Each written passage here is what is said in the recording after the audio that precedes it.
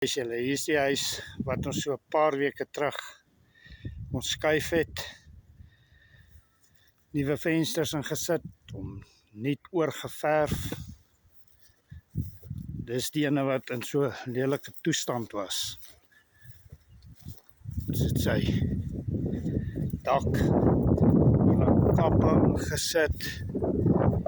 Elke liewe venster het ons uitgehaal en dit vervang met staalvensters. Van buite af lyk hy soos 'n nuwe huis. Ons het selfs die deur uitgehaal en die deur hier op die hoek ingesit.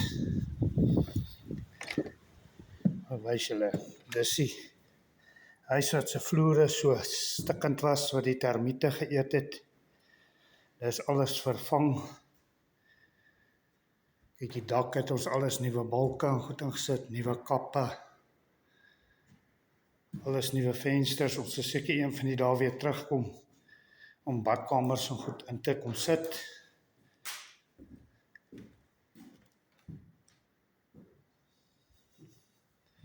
Maar daar is hy. Ek hoop elkeen van julle het 'n geseënde nuwe jaar gehad en voorspoed vir die een wat nou voorlê. Daar is hy.